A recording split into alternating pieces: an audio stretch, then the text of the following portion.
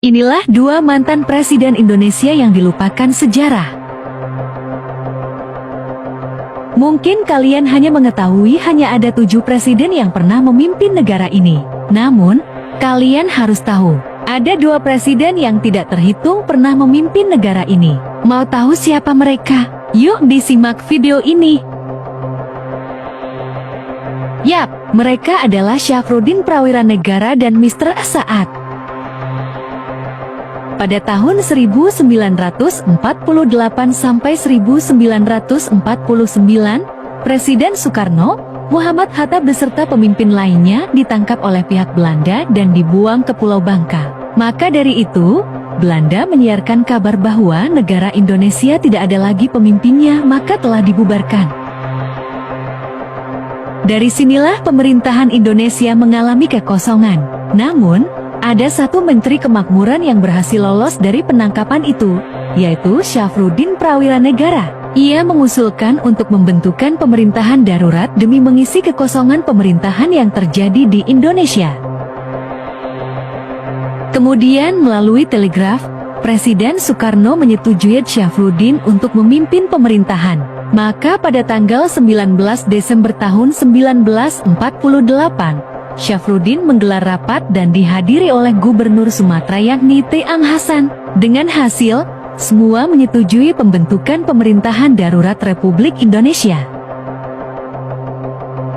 Akhirnya pada tanggal 22 Desember tahun 1948, diproklamirkan Syafruddin menjadi pemimpin sementara untuk Republik Indonesia. Maksud dari semua ini, karena syarat internasional untuk diakui menjadi sebuah negara harus mempunyai pemimpin. Pada saat itu pun, Syafruddin dan kabinetnya menjadi satu-satunya kelompok yang bergerak melawan penjajahan Belanda yang ingin menguasai kembali Indonesia. Setelah tugas Syafruddin selesai melindungi keutuhan negara Indonesia, ia mengembalikan pemerintahan kepada Presiden Soekarno pada 13 Juli tahun 1949.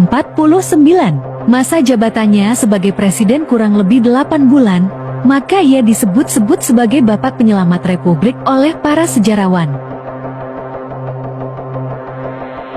Selanjutnya ada Mr. Saat. Dalam konferensi meja bundar, Belanda mengubah NKRI menjadi Republik Indonesia Serikat, di mana Belanda menunjuk Soekarno sebagai presidennya dan Muhammad Hatta sebagai perdana menterinya. Sebenarnya ini merupakan siasat licik dari Belanda agar dapat menguasai negara Indonesia. Karena pada saat itu negara Indonesia tidak mempunyai pemimpin, maka Presiden Soekarno menunjuk Mr. Saat untuk menjadi presiden negara Indonesia. Mr. Saat memimpin Indonesia dari tahun 1949 sampai tahun ke-1950.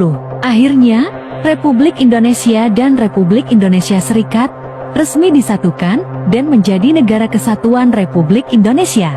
Lalu, tepat pada tanggal 15 Agustus tahun 1950, jabatan kepresidenan NKRI dikembalikan kepada Bung Karno. Kurang lebih 9 bulan Mr. Saat memimpin Republik Indonesia.